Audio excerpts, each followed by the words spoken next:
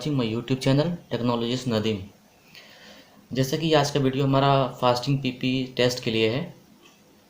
बहुत सारे पेशेंट की कंप्लेन आती है कि उनका फास्टिंग ज़्यादा है, पीपी कम है। और कभी कभी हम जब भी टेस्ट करते हैं शुगर, फास्टिंग और पीपी का, तो फास्टिंग का रिज़ल्ट ज़्यादा आता है और पीपी का रिज़ल्ट कम आता है। तो बहुत सारे टेक्नीशियन क्या करते हैं, उसमें थोड़ा सा मैनिपुलेट करके फास्टिंग कम करके और पीपी ज़्यादा करके रिपोर्ट रिलीज़ कर देते हैं।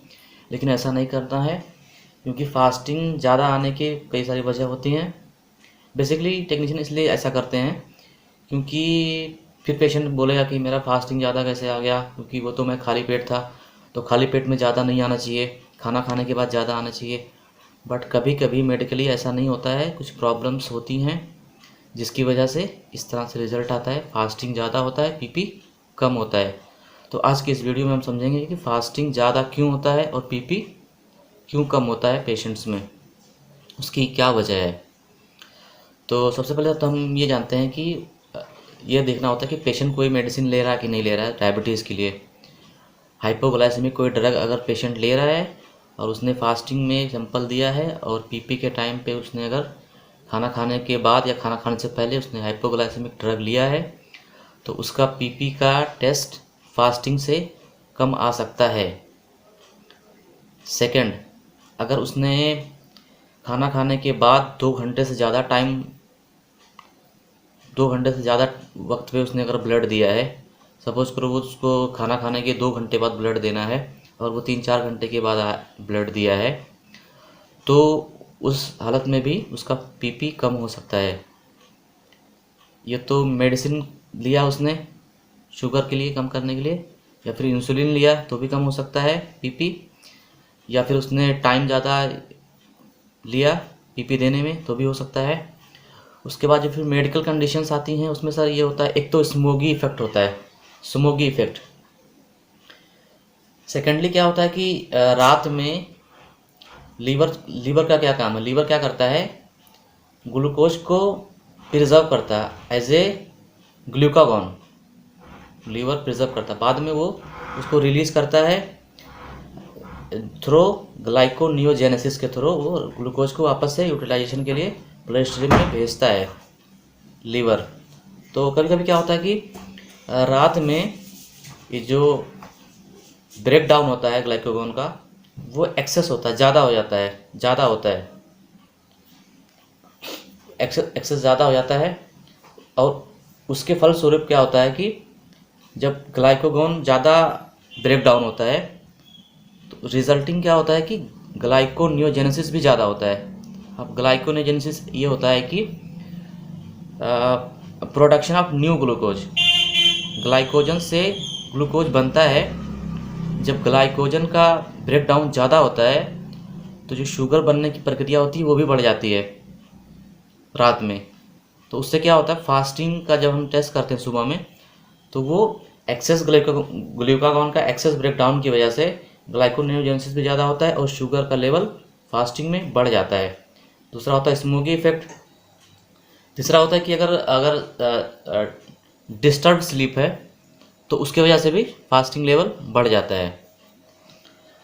और एक ये होता है increase glucagon and insulin ratio.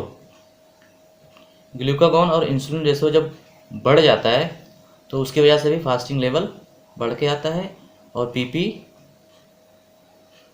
कम रहता है। बट अगर हम पेशेंट को समझाएंगे स्मोगी इफेक्ट, ग्लाइकोनियोजेनेसिस, ग्लूकागॉन, तो पेशेंट को नहीं समझेगा। तो मेरा मानना ये है कि अगर पेशेंट को सिंपली समझाना है तो पेशेंट को हम बोल सकते हैं अपनी जनरल लैंग्वेज में, कि पेशेंट को हम ये बोल सकते हैं कि जैसे कि आप रात में खाना खाते हैं, ठीक है, तो आपकी जो बॉडी है, बॉडी का एक बीएमआर होता है, बेसल मेटाबॉलिक रेट। तो डे में क्या होता है, डे में बॉडी की एक्टिविटी ज़्यादा होती है तो उसका बीएमआर भी ज़्यादा होता है। और नाइट में क्या होता है कि नाइट में इंसान खाना खाया और सो गया तो उसका बीएमआर एकदम लोअर होता है, बेसल मेटाबॉलिक रेट होता है, जो एक्टिविटी होती है, जो उसको एनर्जी का कंजप्शन होता है रात में, कम होता है। पेशेंट को ज़्यादा एनर्जी की ज़रूरत नहीं पड़ती क्योंकि उसका सिर्फ हार्ट चलता है, लीवर चलता है, कुछ मसल्स चलती हैं, ब्रेन चलता है, बट उसकी फिजिकल एक्टिविटी जीरो होती है।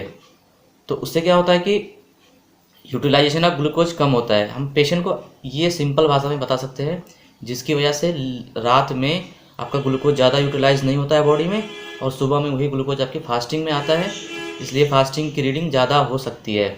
अगर ऐसा रिज़ल्ट आता है तो सेम रिपोर्टिंग करें, और डॉक्टर को भी समझना चाहिए। और आप अगर डॉक्टर के पास जाइए, आप क्वालिफाइड डॉक्टर के पास जाइए जो आपकी इस रिपोर्ट पे उंगली ना उठाए, क्योंकि पेशेंट क्या होते हैं, पेशेंट तो यही बोलते हैं कि मैं खाली पेट में कैसे कम ज़्यादा आ सकता है, क्योंकि हमने कुछ तो खाया नहीं है तो ज़्यादा कैसे आ सकता है। अभी हम खाना खाने के बाद दे रहे तो ज़्यादा आ गया, ठीक है ना। तो आप उनको इस तरह से समझा सकते हैं कि आपका BMR कम होता है रात में, इसकी वजह से आपका शुगर बढ़ा हुआ है। आप एक बार डॉक्टर को दिखाइए और डॉक्टर से समझिए। ऐसा नहीं कि ऐसा नहीं, इस तरह से रिज़ल्ट नहीं आ सकता है। आई थिंक, मुझे लगता है कि इस तरह से जो रिज़ल्ट आते हैं वो मुझे लगता है कि 2 से 3% पेशेंट में 2% तो पक्का डेफिनेटली आते हैं ऐसे पेशेंट जिनके शुगर इस तरह से आते हैं, फास्टिंग ज़्यादा होता है, PP कम होता है। तो आपको सेम रिपोर्टिंग करना है, उसमें आपको कोई मैनिपुलेशन नहीं करना है। ओके, तो ये था आज का हमारा वीडियो। अगर इसी तरह के नॉलेजफुल वीडियो आपको और भी चाहिए तो आप इस चैनल को लाइक करें, सब्सक्राइब करें और दोस्तों में शेयर करें। ठीक है, bye bye, thank you, good night.